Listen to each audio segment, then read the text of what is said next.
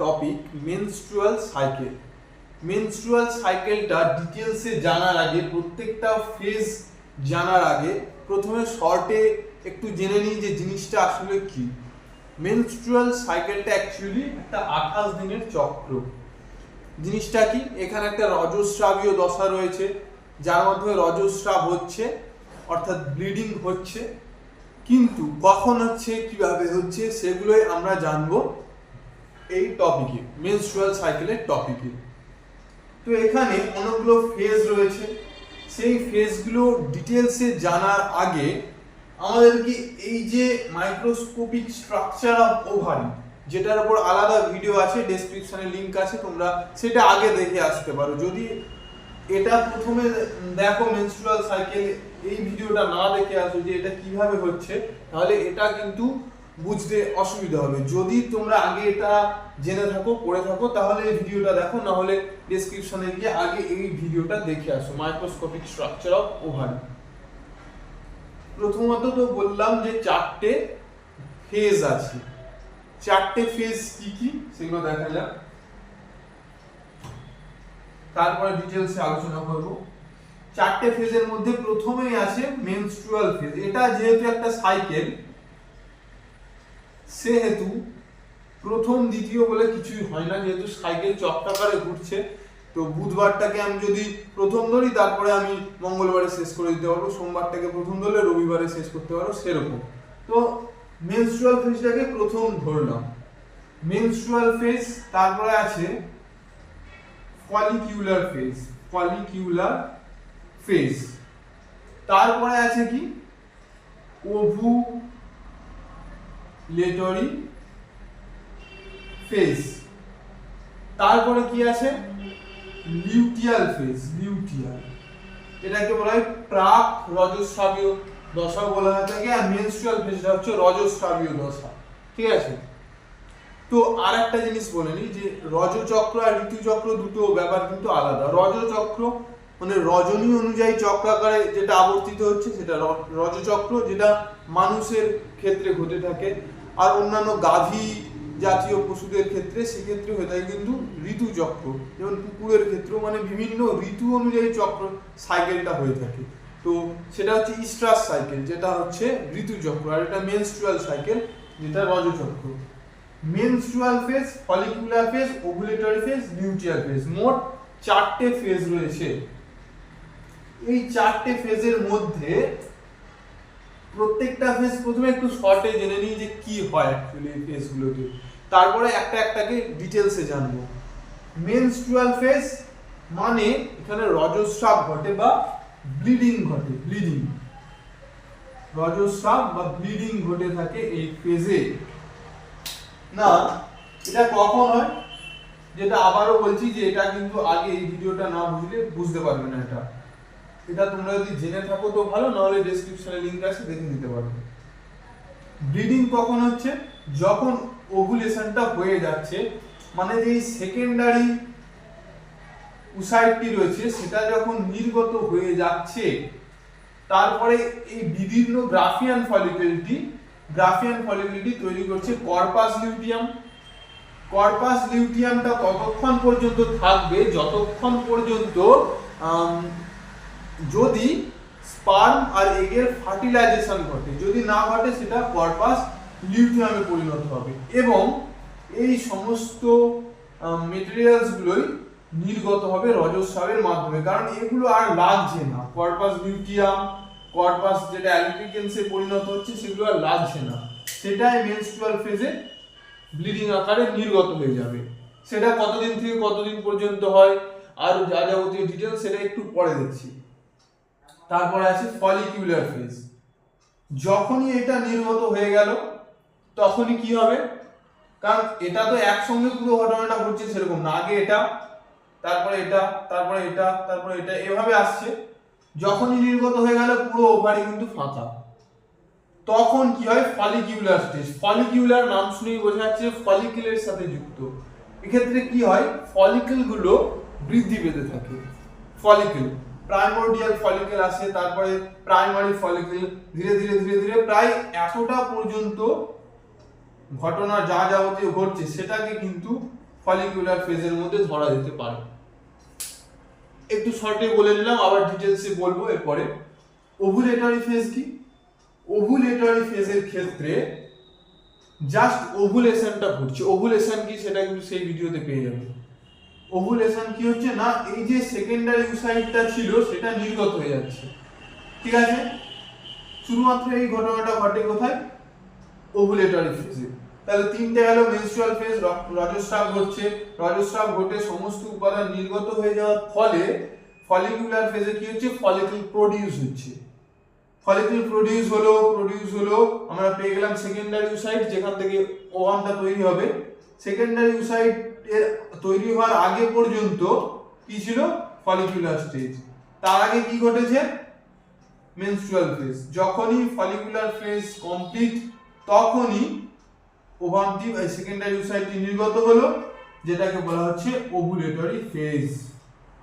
Ovulatory ফেজের পরে হয় লিউটিয়াল ফেজ, যেটাকে বলা হয় প্রাক রজস্রাবীয় দশা। প্রাক রজস্রাবীয় দশা মানে বোঝাই যাচ্ছে যে এগুলো যে রজস্রাবের মাধ্যমে নির্গত হবে, এখান থেকে অ্যাকচুয়ালি নির্গত হবে না, কিন্তু এখান থেকে ফ্যালোপিয়ান টিউব হয়ে তারপর নির্গত হবে তার পূর্ব মুহূর্ত, সেটা হচ্ছে লিউটিয়াল ফেজ। প্রথমে আমরা এই চারটে ফেজকে এরকম শর্টে বুঝলাম ব্যাপারটা কি, মাইক্রোস্কোপিক স্ট্রাকচারের সাথে রিলেট করে বুঝলাম জিনিসটা কি। এবার একটা একটা দেখবো। প্রথমে আসা যাক মেনস্ট্রুয়াল ফেজ অর্থাৎ ব্লিডিং ফেজ। কি দেখবো? মেইনলি কিছু চেঞ্জেস দেখবো। কি চেঞ্জেস না, ইউটেরাস বা জরায়ুর চেঞ্জেস আর ডিম্বাশয় বা ওভারির চেঞ্জেস। এই দু জায়গায় কি চেঞ্জেস আসছে সেটাই দেখবো। সেটাই একটা একটা করে দেখবো, মেনস্ট্রুয়াল, ফলিকল, ওভুলেটরি, লিউটিয়াল। তাহলে প্রথমে দেখা যাক মেনস্ট্রুয়াল ফেজ। তাহলে এবার আমরা দেখবো মেনস্ট্রুয়াল ফেজ, প্রথম ফেজটা। এই ফেজগুলোতে মেইনলি আমরা কি দেখবো? দু জায়গায় পরিবর্তন, একটা ওভারিতে পরিবর্তন আর একটা ইউটেরাসে পরিবর্তন। পরিবর্তন বলতে কিরূপ পরিবর্তন সেইগুলোই আমরা স্টেপ বাই স্টেপ দেখবো। ওভারির ক্ষেত্রে কি হয়? ওভারির ক্ষেত্রে যেহেতু যেই কর্পাস লিউটিয়ামটা ছিল, মানে পরবর্তী ক্ষেত্রে কর্পাস অ্যালবিকেন্স হয়ে নির্গত হয়ে গেছে ইউটেরাসের বাইরে, সেহেতু এখানে আর কোনো ফলিকেল নেই। তাহলে প্রয়োজন কি? ফলিকেলের প্রয়োজন। ফলিকেল কিন্তু প্রথমে প্রাইমোর্ডিয়াল ফলিকেল থেকে আসে, মানে আদি ফলিকেল, সেখান থেকে স্টেপ বাই স্টেপ আসে। এখানে কি হয়? ওভারির মধ্যে পরিবর্তন কি না, প্রাইমোর্ডিয়াল ফলিকেল ধীরে ধীরে আসতে শুরু করে, প্রাইমোর্ডিয়াল ফলিকেল। এছাড়া আর কোনো চেঞ্জেস বিশেষ হয় না। জরায়ুর ক্ষেত্রে কি হয়? ইউটেরাসের মধ্যে কি পরিবর্তন হয় না, কর্পাস লিউটিয়ামটা পুরোপুরি বিনষ্ট হয়ে যায়। লাইট বরাবর কর্পাস লিউটিয়াম বিনষ্ট হয়ে গেছে, মানে কর্পাস অ্যালবিকেন্স হয়েছে, তারপরে সেটা নির্গত হয়ে গেছে। ফলস্বরূপ কি হবে? প্রোজেস্টেরনের লেভেলটা লো হতে থাকবে, যেহেতু কর্পাস লিউটিয়াম প্রোজেস্টেরন প্রডিউস করে এবং প্রেগন্যান্সিকে নিয়ন্ত্রণ করে। যেহেতু ফার্টিলাইজেশন হয়নি, যেহেতু প্রোজেস্টেরনের আর প্রয়োজনীয়তা নেই, কর্পাস লিউটিয়াম নেই, প্রোজেস্টেরনের হার কমতে থাকবে। প্রোজেস্টেরনের যখনই মাত্রাটা কমতে থাকবে তখন কি হবে? প্রোস্টাগ্ল্যান্ডিনের কার্যকারিতা বৃদ্ধি পাবে, ফাংশন বৃদ্ধি পাবে। প্রোস্টাগ্ল্যান্ডিন কি করে না, জরায়ুর যে প্রাচীর গাত্রে এন্ডোমেট্রিয়াম স্তর পুরু হচ্ছিল, এন্ডোমেট্রিয়াম স্তরটা কি? অ্যাকচুয়ালি ফার্টিলাইজেশনটা কিন্তু ঘটে যায় ফ্যালোপিয়ান টিউবের অ্যাম্পুলাতে।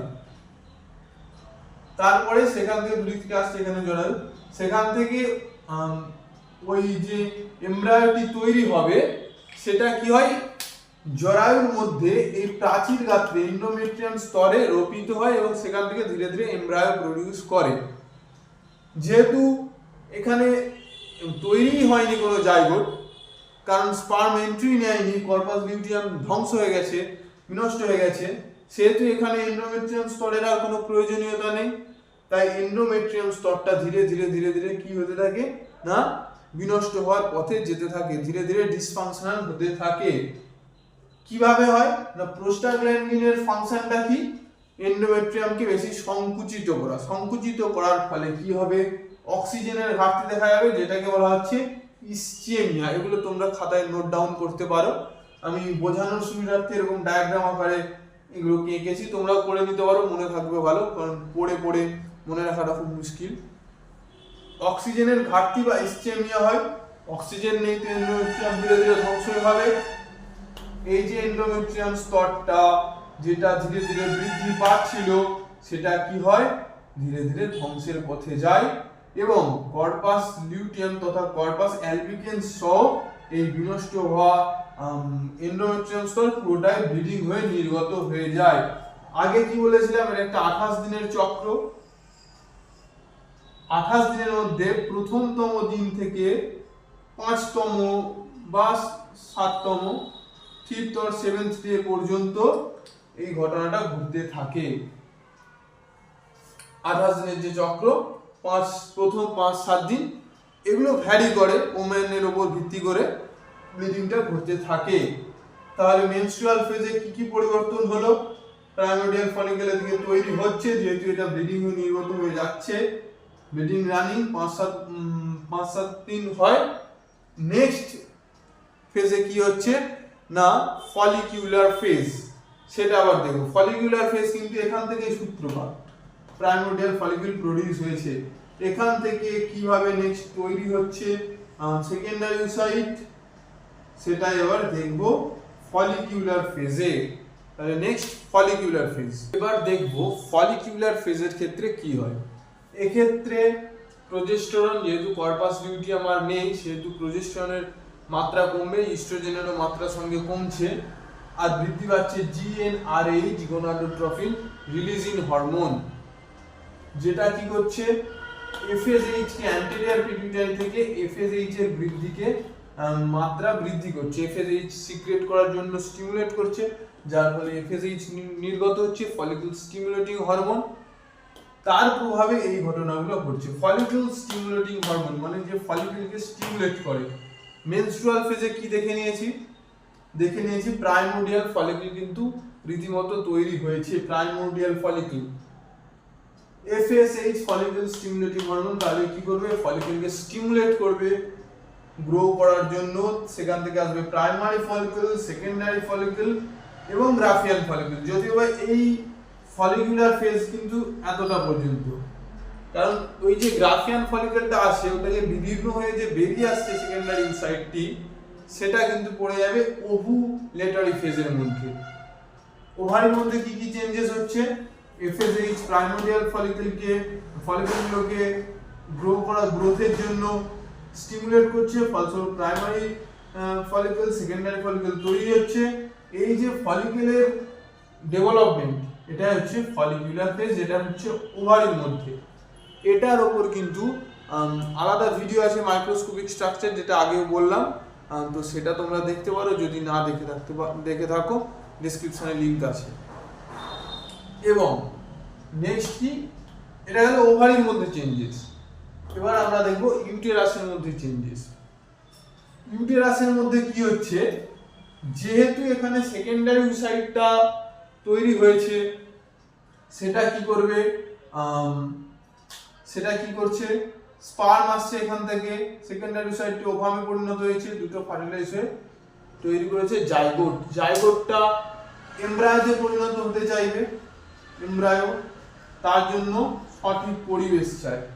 এমব্রায়োটা কোথায় হয় না, ইউটেরাসের একদম ভেতরে এই যে এন্ডোমেট্রিয়াম স্তর রয়েছে, এই এন্ডোমেট্রিয়াম লেয়ারেতে ওই জাইগোটটি এসে পতিত হবে, রোপিত হবে, সেটা ধীরে ধীরে বৃদ্ধি পেতে তৈরি করবে এমব্রায়ো। তাহলে যেহেতু এন্ডোমেট্রিয়াম স্তরে ওটি আসবে, সেহেতু এন্ডোমেট্রিয়াম স্তরের ওয়েল ডেভেলপমেন্টের প্রয়োজন রয়েছে।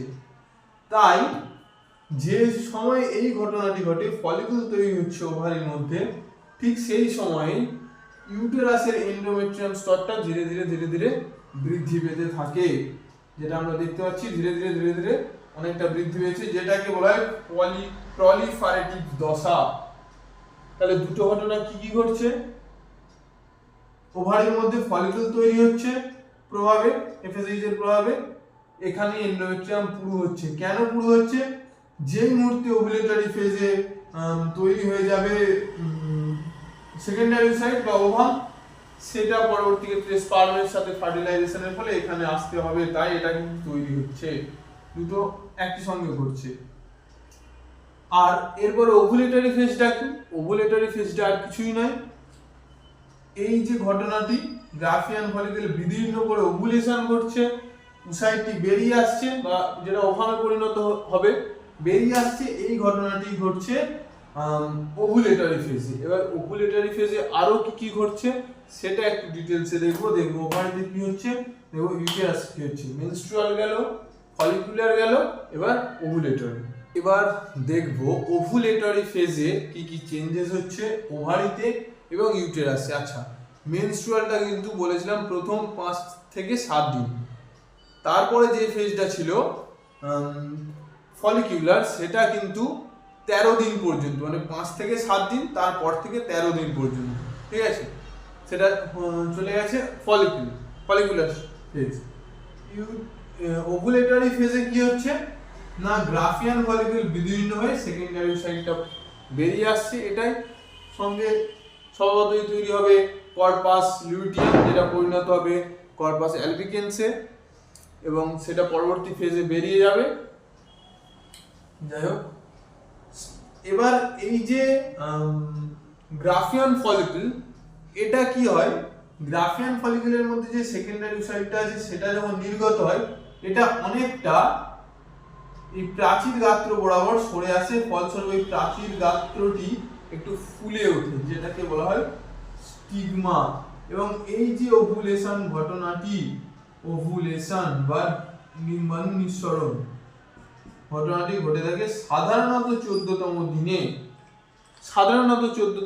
এবার সেটা ওম্যানের ভিত্তিতে ভ্যারি করে, কারো হয়তো একদিন আগে, কারো একদিন পরে, মোটামুটি 14তম দিনে। এবং ওই সময় স্পার্ম এন্ট্রি নিলে ফার্টিলাইজেশনের সম্ভাবনা প্রবল থাকে, মানে ওই 12-13তম দিন থেকে 15-16তম দিন, ওই টাইমটাই কিন্তু ফার্টিলাইজেশনের সম্ভাবনা প্রবল। অন্য টাইমে কিন্তু স্পার্ম এন্ট্রি নিলেও ফার্টিলাইজ হবে না, তবে এই টাইমে ফার্টিলাইজ হওয়ার সম্ভাবনা বেশি, সাধারণত 14তম দিন 1 বা 2 মানে এদিক সেদিক হতে পারে। আর ইউটেরাসে নো চেঞ্জেস বললেই চলে, প্রায় সেরকম কোনো চেঞ্জেস ইউটেরাসের মধ্যে দেখা যায় না। তাহলে ওভারি গেল, ইউটেরাস গেল ওভুলেটরি ফেজে। এবং এবার দেখবো লাস্ট ফেজটি লিউটিয়াল ফেজ, মানে যেটাকে বলা হচ্ছে প্রাক রজস্রাবীয় দশা, রজস্রাব ঘটবে, তার আগে কিছু চেঞ্জেসের পরিবর্তন রয়েছে, চেঞ্জেসের প্রয়োজন রয়েছে, সেটা দেখবো। যেটা কি হবে না, এই যে কর্পাস লিউটিয়ামটি রয়েছে, ওই কর্পাস লিউটিয়ামের চেঞ্জেস, ওটা কর্পাস অ্যালবিকেন্সে পরিণত হবে বা সামথিং যা হবে সেটা আবার দেখবো পরবর্তী ফেজ লিউটিয়াল ফেজে। লাস্ট ফেজ মানে লিউটিয়াল ফেজে কি হয়, লিউটিয়াল ফেজে আমরা দু রকম ভাবে দেখবো, যদি ফার্টিলাইজেশন হয় তাহলে কি হয়, যদি না হয় তাহলে কি হয়, ওভারির মধ্যে চেঞ্জেস কি হয়, ইউটেরাসের মধ্যে কি হয়। যদি ফার্টিলাইজেশন হয় তাহলে কি হবে, ওভারির চেঞ্জেস কি হবে, কর্পাস লিউটিয়াম আসবে, কারণ সে প্রোজেস্টেরন ক্ষরণ করবে, ফার্টিলাইজেশন হয়েছে বা নিষেক হয়েছে। এবার কি হবে না, এমব্রায়ো তৈরি হবে, এমব্রায়ো তৈরির জন্য প্রোজেস্টেরন হরমোন সাহায্য করবে, প্রেগন্যান্সিটা কন্ট্রোল করবে, কর্পাস লিউটিয়াম এসে যাবে ফার্টিলাইজেশনের পরে। কর্পাস লিউটিয়াম এতটা এরকমই চেঞ্জেস ঘটলো যদি ফার্টিলাইজেশন হয়। যদি না হয় কর্পাস লিউটিয়ামটা পরিণত হবে কর্পাস অ্যালবিকেন্সে এবং এর অবস্থা কি হবে, চলে যাবে মেনস্ট্রুয়াল ফেজে নির্গত হওয়ার জন্য। যেহেতু এটা প্রাক রজস্রাবীয় দশা সেহেতু এ তৈরি হচ্ছে মৃত্যুর জন্য, ঠিক আছে। যদি ফার্টিলাইজেশন হতো তাহলে কিন্তু কর্পাস লিউটিয়ামটা থাকতো, দীর্ঘদিন থাকতো, যতদিন না ডেলিভারি হয় এমব্রায়ো বা পূর্ণ দশা হয়ে ডেলিভারি হয়। ইউটেরাসের মধ্যে কি চেঞ্জেস, যদি ফার্টিলাইজেশন হয় তাহলে এখানে জাইগোটটি আসবে এবং এখানে রোপিত হবে, এখান থেকে ধীরে ধীরে কি তৈরি হবে না একটা এমব্রায়ো। যদি না হয় তাহলে কি হবে, এন্ডোমেট্রিয়াম যে স্তরটি আছে ধীরে ধীরে ধ্বংসের পথে যাবে। এটা তৈরি হবে কি না নির্গত হওয়ার জন্য তৈরি হবে, যেহেতু প্রাক রজস্রাবীয় দশা তৈরি হবে, এও তৈরি হচ্ছে এও তৈরি হচ্ছে, দুজনে মেনস্ট্রুয়াল ফেজে গিয়ে নির্গত হওয়ার জন্য। যদি ফার্টিলাইজেশন হতো তাহলে কিন্তু গল্পটা অন্যরকম হয়ে যেত। আচ্ছা, 4টে ফেজ গেল, আশা করি বুঝতে প্রবলেম নেই। এবার এই 4টে ফেজকে একসাথে একটা সার্কেল আকারে একবার দেখিয়ে দিই, তাহলেই পুরো মেনস্ট্রুয়াল সাইকেলটা শেষ হয়ে যাবে। আশা করি 4টি ফেজ বুঝতে তোমাদের প্রবলেম নেই। যদি প্রবলেম থেকে থাকে তাহলে অবশ্যই কমেন্টে জানাও ডাউটসগুলো। লাস্ট আমরা এই সাইকেলটির মাধ্যমে আজকের ভিডিওটি শেষ করব। সাইকেলটি কি, যেটা আগেও বললাম, প্রথম 28 দিনের একটা সাইকেল। প্রথম 1 থেকে 5 বা 1 থেকে 7 দিন কি হয়, ব্লিডিং হয়, যেটাকে বলা হচ্ছে মেনস্ট্রুয়াল ফেজ।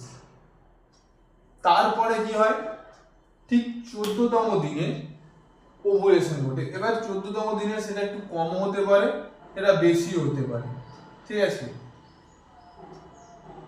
একটা ফেজ গেল মেনস্ট্রুয়াল, একটা গেল ওভুলেটরি। ওভুলেটরিটা এদিক থেকে 11, 12, 13, 14, 15, 16, 17 এই টাইমটাকে বলা যেতে পারে। একটু হেরফের হয়, একটু মানে ভ্যারি করে, এটা মোটামুটি 14তম দিনে ওভুলেশনটা ঘটে থাকে। আর এই যে ফলিকিউলার ফেজ, তাহলে দুটো ফেজ দেখলাম। ফলিকিউলার ফেজ কিন্তু একটু ওভারল্যাপ করে মেনস্ট্রুয়ালকে আর ওভুলেটরি ফেজকে। পুরো এই দীর্ঘ সময়টা হচ্ছে ফলিকিউলার ফেজ, কারণ মেনস্ট্রুয়াল সাইকেল ঘটতে শুরু করেছে, সেদিকে প্রাইমোরডিয়াল ফলিকলস গুলো বৃদ্ধি পেতে শুরু করেছে, তখন থেকে এই এখন পর্যন্ত, যখন পর্যন্ত না ওভুলেশন ঘটছে ততক্ষণ পর্যন্ত কিন্তু ফলিকল গুলো বৃদ্ধি পাচ্ছিল। এটা চলাকালীনও হচ্ছিল, কিন্তু প্রাইমোরডিয়াল ফলিকল বৃদ্ধি হচ্ছিল। তাই এই পুরো ফেজটা হচ্ছে ফলিকিউলার ফেজ। তাহলে মেনস্ট্রুয়াল ফেজ দেখলাম, ফলিকুলার ফেজ দেখলাম, ওভুলেটরি ফেজ দেখলাম, ওভুলেটরি ফেজ 1, 2, 3। এবার দেখব লিউটিয়াল ফেজ বা প্রাক রজস্রাবীয় দশা। এক্ষেত্রে কি হচ্ছে, যেহেতু ওভুলেশন ঘটে গেছে সেহেতু এন্ডোমেট্রিয়াম স্তরটি পুরু হতে শুরু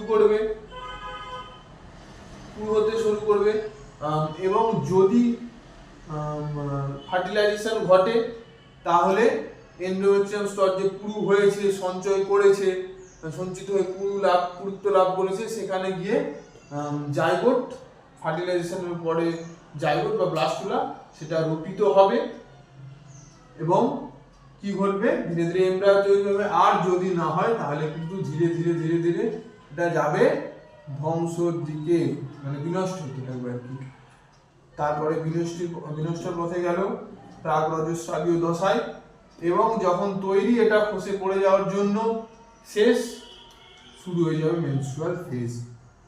এইভাবে সাইকেলটি ক্রমাগত ঘুরতে থাকবে। টাইমটা কি না, বয়ঃসন্ধিকাল থেকে এটি শুরু হয় এবং 45-55 এজেতে এটা শেষ হয়ে যায়। এই টাইমের মধ্যে কিন্তু এই সাইকেলটা অনবরত ঘুরতেই থাকে। এটাই ছিল মেনস্ট্রুয়াল সাইকেলের উপর ভিডিও। আশা করি তোমাদের বুঝতে কোনো প্রবলেম হয়নি। যদি প্রবলেম হয়ে থাকে তাহলে কমেন্টে জানাও, এবং আমাদের ভিডিওটি ভালো লেগে থাকলে অবশ্যই ফ্রেন্ডসদের সাথে শেয়ার করো এবং চ্যানেলটিকে সাবস্ক্রাইব করো। ধন্যবাদ।